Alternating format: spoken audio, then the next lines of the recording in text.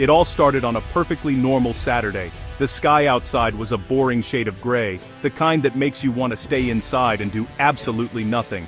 I was sprawled on the living room couch, flipping through channels. Click. A cartoon about a talking sponge. Click. A game show, where people screamed about prices. Click. Nothing. I tossed the remote aside with a sigh. My mom walked into the room, holding a dusty old box filled with winter clothes. "Sam," she said, her voice full of that pre-chore cheerfulness I dreaded, "I need you to take these up to the attic. It's finally cold enough to bring the summer stuff down." Gulp. The attic. I hated the attic. I groaned, but I knew there was no getting out of it. Arguing with my mom about chores was like trying to argue with a brick wall. A very determined brick wall. I heaved myself off the comfortable cushions of the couch, my legs feeling like they were filled with lead.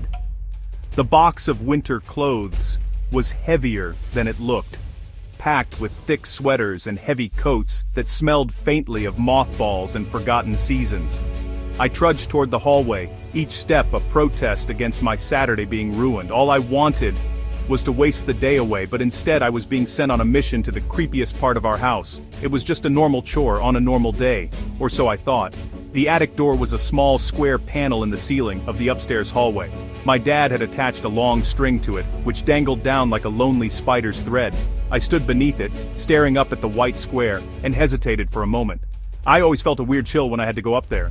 It was dark, dusty, and full of shadows that played tricks on your eyes. I gave the string a firm tug. With a reluctant creak and a groan, the folding ladder slowly unfolded itself from the ceiling, its wooden steps clattering down until they rested gently on the hallway floor. The dark, gaping hole that led into the attic seemed to stare back at me, like the mouth of a giant monster.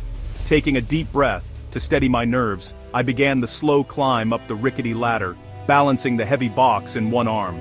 The air grew colder and mustier with each step I took. It smelled like old paper, dry wood, and something else. Something I couldn't quite place. I pushed the box through the opening first, shoving it onto the dusty floorboards. Then, I pulled myself up the rest of the way, my sneakers landing with a soft thud on the attic floor. I stood up, my head almost touching the slanted roof, and looked around. It was exactly as I remembered it. A shadowy world of forgotten furniture, old trunks and boxes piled high, all covered in a thick gray blanket of dust. I flicked the switch for the single bare light bulb that hung from the center of the ceiling. It sputtered to life, casting long, dancing shadows that seemed to stretch and twist in the corners of the vast space. The light wasn't very bright, barely cutting through the gloom. My mission was simple. Drop the box of winter clothes and get out as fast as possible. I dragged the box over to a space near a stack of old magazines, the cardboard scraping loudly against the wooden floor. The sound echoed in the silence, making the huge room feel even emptier. I was just about to turn and head back to the ladder when I heard it. A soft sound, a scuffling noise. It came from the far corner of the attic, the darkest part, behind a mountain of boxes and an old, cloth-covered armchair. I froze, my heart suddenly beating a little faster. Was it a mouse? It had to be a mouse, or a squirrel that had somehow gotten in through a crack in the roof. I told myself that's all it was. It was an old house, after all. Old houses make strange noises. They groan and creak and settle. But this sound was different. It wasn't the house. It was a shuffling, dragging sound, like something was being moved. Something heavier than a mouse. I stood perfectly still, straining my ears, listening through the thick, dusty silence. There it was again. A definite scrape. It was followed by a soft thud. My curiosity, a stupid and powerful thing, began to bubble up inside me, pushing past the initial wave of fear. Maybe a box had just fallen over. That had to be it. One of the towers of boxes I had seen was probably not stacked very well. And a little vibration from me walking around had been enough to make it tumble. That made sense. It was a logical explanation. I tried to make my breathing even, telling myself not to be such a baby. It was just the attic. Just a bunch of old junk. But I couldn't shake the feeling that I wasn't alone. I took a slow, hesitant step toward the source of the sound, then another. My sneakers made no noise on the thick layer of dust. I felt like a detective in a cheap mystery movie, sneaking toward a clue. The single light bulb behind me cast my own shadow long and distorted in front of me, a dark giant leading the way into the gloom. As I got closer to the far wall, I noticed something that made my blood run cold. One of the cardboard boxes, a big one that had once held a television, seemed to tremble. It was just a tiny vibration, but in the dead stillness of the attic, it was as obvious as a lightning flash. The box moved, I was sure of it, My heart hammered against my ribs like a trapped bird. A box doesn't just move on its own. I stood frozen, my eyes glued to that one spot in the deep shadows. Was I imagining things? Was the dim light playing tricks on my eyes? I tried to convince myself that was all it was, an optical illusion. But the feeling of being watched was getting stronger, prickling the back of my neck like 1,000 tiny needles. I wanted to run. I wanted to scramble back down that ladder, slam the attic door shut, and never, ever come back up here again. But my feet felt like they were nailed to the floor. I couldn't move. I could only stare. Slowly, carefully, I took another step forward, trying to be as quiet as a ghost. The floorboards beneath my feet didn't even creak. I held my breath, listening. Silence. Complete and total silence. Maybe I really had imagined it. Feeling a little braver, I decided to investigate. I had to know what made that noise. I tiptoed around a stack of old photo albums and an ancient broken lamp.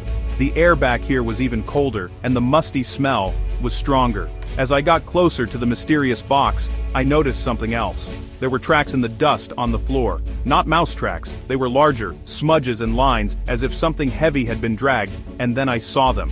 Footprints. They were faint, partially scuffed away, but they were definitely footprints. They weren't my footprints. They were bigger, and the pattern on the sole was different from my sneakers. A cold dread washed over me, colder than the attic air. Someone had been up here. Someone other than me or my parents. But who? And when? My dad hadn't been up here in months, and my mom only ever stood at the top of the ladder to hand things up. These prints looked recent. The dust was freshly disturbed. My mind raced, trying to find an explanation, any explanation, that made sense. But none came. I followed the faint trail of footprints with my eyes. They led from one dark corner of the attic, around a pile of junk, and right to the spot behind that big television box. They stopped right there. It was as if whoever made them had simply vanished into thin air, or they hadn't vanished at all. The thought hit me like a punch to the stomach. What if they were still here, hiding, watching me? The scuffling noise, the moving box, the footprints. It all clicked into place in the most terrifying way possible. My earlier curiosity was gone, replaced by pure, heart-stopping fear. Someone else was in the attic with me, right now. My breath caught in my throat. Every horror movie I had ever seen flashed through my mind. This was it. This was the moment the character makes the stupid decision to investigate further, instead of running for their life. My brain was screaming at me to leave, to get out, to call for help. But my body was paralyzed by a mixture of terror and disbelief. I had to be sure. I had to see.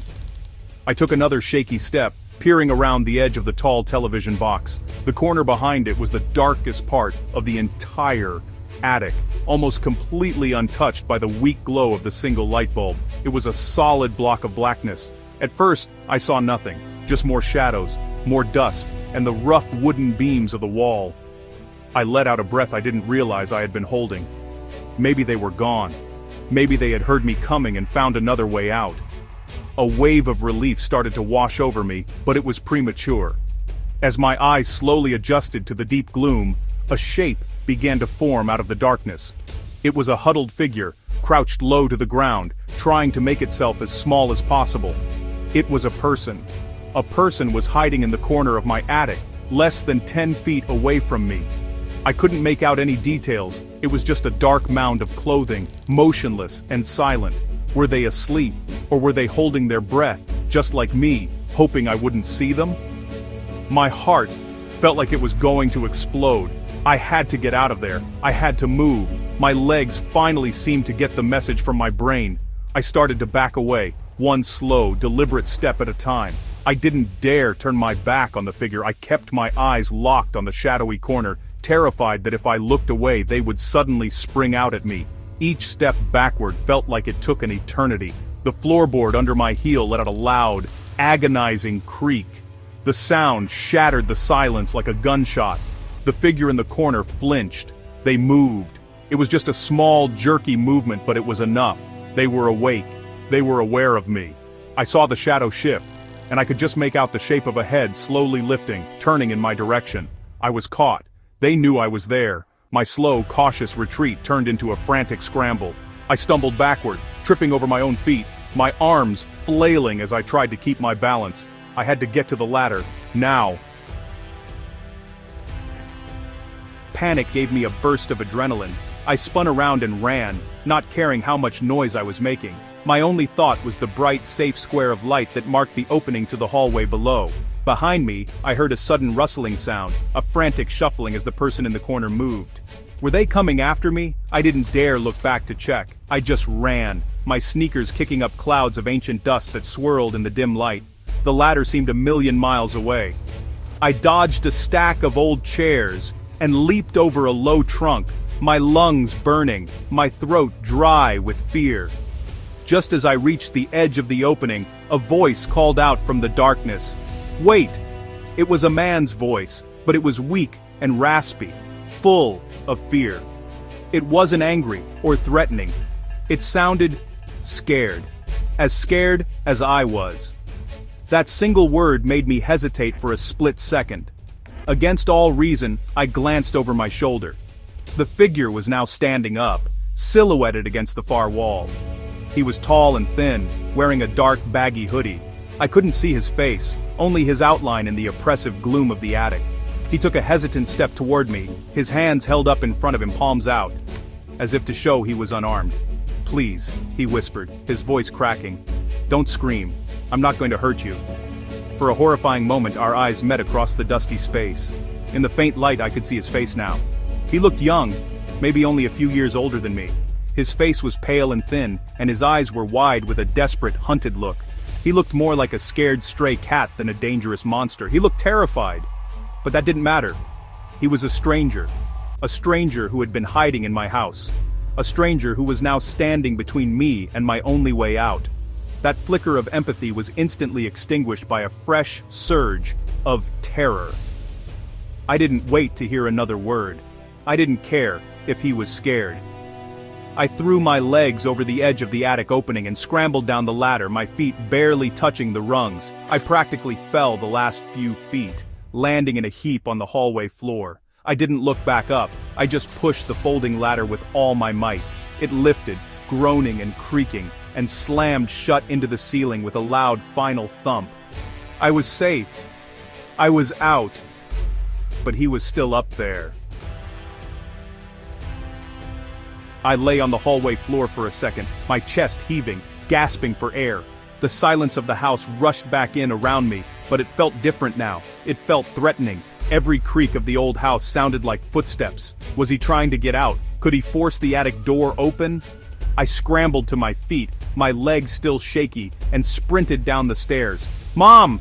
Dad! I yelled, my voice hoarse with panic. Mom! Dad! Come quick! I burst into the living room, a wild look in my eyes. My parents were on the couch, reading the newspaper and drinking coffee. They looked up, their faces a mixture of surprise and concern at my frantic entrance. My mom put her coffee cup down. Sam? What on earth is wrong? You look like you've seen a ghost. I couldn't form a coherent sentence. The words tumbled out of my mouth in a jumbled, breathless rush. Attic. There's someone. A man. He's in the attic. I pointed a trembling finger toward the ceiling.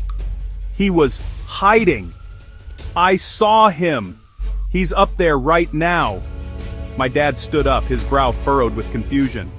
Sam, slow down. What are you talking about? You probably just saw a shadow or a stack of boxes that looked like a person. Your imagination is running away with you again. They weren't believing me. They thought I was making it up. No, I insisted, tears of frustration and fear welling in my eyes. I'm not imagining it. He's real. I saw his face. He talked to me. The sheer terror in my voice must have finally gotten through to them. My mom's expression shifted from disbelief to alarm. Just then, we heard a noise from upstairs, a faint creak, then the sound of the front door opening and closing with a soft click. We all froze. We looked at each other, our eyes wide. The stranger wasn't in the attic anymore. He had come down. He had walked right through our house, and now he was gone. My dad rushed to the front window, peering out into the street. "I don't see anyone," he said, his voice tense. He turned back to me, his face pale. He finally believed me. The reality of the situation crashed down on all of us at once. A stranger had been in our home, not just for a moment, but hiding, living, right above our heads. While we were sleeping, eating dinner, watching TV, he was up there. The thought sent a fresh wave of chills down my spine. The safety of my own home had been shattered in an instant. The house no longer felt like a sanctuary. It felt violated. After calling the police, my dad, armed with a heavy flashlight and a golf club, decided we had to check the attic. I refused to go back up, so I waited at the bottom of the stairs with my mom, my heart pounding with every second that passed. We heard my dad's footsteps moving around above us, the sound of boxes being shifted. After what felt like an eternity, he came back down, his face grim. "He's gone," he said, his voice low. "But you were right, Sam. Someone was definitely living up there." He led us back into the living room, and what he described made my skin crawl all over again. He told us about the corner where I had seen the man hiding. Tucked away behind the old television box was a makeshift bed. It was made of a pile of old blankets and quilts that had been stored in a trunk. There was even a pillow, which my dad recognized as one of the decorative pillows from our guest room. The stranger had created a small, hidden nest for himself in the darkest corner of our attic. He had been sleeping just a few feet above my parents' bedroom. The thought of him up there, listening to us snore, listening to our conversations through the floor, was deeply unsettling. That wasn't all he found. Scattered around the makeshift bed were empty food wrappers. There were granola bar wrappers, empty chip bags, and several plastic water bottles. Where did he get them? Had he been sneaking down into our kitchen at night, while we were all asleep? My mom gasped, her hand flying to her mouth. She remembered a few times when she thought she had more snacks in the pantry. She had blamed my dad for eating them. To think that all along, it was a stranger, stealing food from our cupboards and taking it back up to his hidden lair. It felt like a violation, a quiet invasion we never even noticed. The most disturbing discovery was a small stack of books next to the blankets. They were my books. A few old paperbacks I had read years ago and stored in a box up there. He had been reading them. It was such a small human detail, but it was the thing that creeped me out the most. This wasn't just some phantom. This was a person with thoughts who got bored, who read books to pass the time while secretly living in our house. He had been a silent, invisible roommate, a ghost who ate our food and read our books. Our home had been his home too, and we had never even known he existed until today. Not long after my dad's discovery, the flashing blue and red lights of a police car painted streaks across our living room walls. 2 police officers, a man and a woman, came to the door. They were calm and professional, which helped a little, but my hands were still shaking. They asked me to tell them everything that happened, from the very beginning. I sat on the couch, my parents on either side of me, and recounted the story. I told them about going up to the attic, hearing the noise, seeing the box move, and finding the footprints in the dust. My voice trembled when I described seeing the man's face. The officers listened patiently, taking notes. They asked me to describe the man. I did my best, but it had been so dark up there. He was tall, I said, and thin. He wore a dark hoodie. He looked young, maybe 20. And he looked really scared. The female officer gave me a reassuring nod. "You did the right thing by getting out of there and telling your parents," she said. "You were very brave." Her words made me feel a little better, but the fear was still coiled tightly in my stomach. Brave wasn't how I felt. I felt terrified and lucky. The male officer went upstairs with my dad to inspect the attic for himself. They were up there for a long time. When they came back down, the officer confirmed everything. He said it looked like the person had been living there for at least a few weeks, maybe longer. He called it frogging, a term I had never heard before. It was when someone secretly lives in another person's home without their knowledge. He said it was rare, but it happens. The thought that this wasn't just a one-time thing, that this stranger had been our houseguest for weeks, was horrifying. He had become part of the house, like a secret in the walls. The officers took a report, dusted for fingerprints around the attic hatch and the front door, and promised to patrol the area more frequently. They told us the person was likely long gone, probably scared off and looking for a new place to hide. Before they left, they advised us to change the locks on all our doors, and to make sure our windows were always secured. They told us we were lucky. The man was likely just someone who was homeless and desperate, not someone looking to harm anyone. But lucky was a strange word to hear. It didn't feel lucky. It felt like we had narrowly avoided a disaster we never even knew was happening. That night, I couldn't sleep. Every time I closed my eyes, I saw that pale, scared face in the darkness of the attic. I saw the makeshift bed of blankets and the empty granola bar wrappers. Our house, which had always been my safe place, now felt filled with dark corners and secrets. Every creak of the floorboards, every gust of wind rattling the windows, made my heart jump. I kept imagining him coming back, trying the doors, finding a window unlocked. My dad had changed the front door lock that afternoon, and we had gone through the whole house, checking every single window latch, but it didn't make me feel completely safe.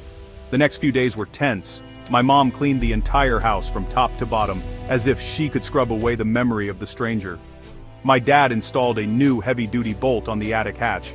I refused to even go upstairs. The hallway under the attic door felt like a forbidden zone. The police never found the man. He had vanished as silently as he had lived among us. There were no other reports in the neighborhood. It was as if he had been a ghost, a brief, terrifying specter that had haunted our home and then simply faded away into the world, leaving only a few footprints in the dust. Weeks turned into months, and slowly, very slowly, the feeling of constant fear began to fade. Life returned to a new kind of normal. I started sleeping through the night again. The house began to feel like home again, but something had changed forever. It was like a tiny crack had appeared in the foundation of my world. I had learned that the walls of your home aren't always as solid as you think they are. I learned that you can be living right next to a secret, a huge, scary secret, and have absolutely no idea.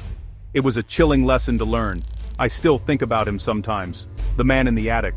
I wonder who he was, what his story was, and where he went.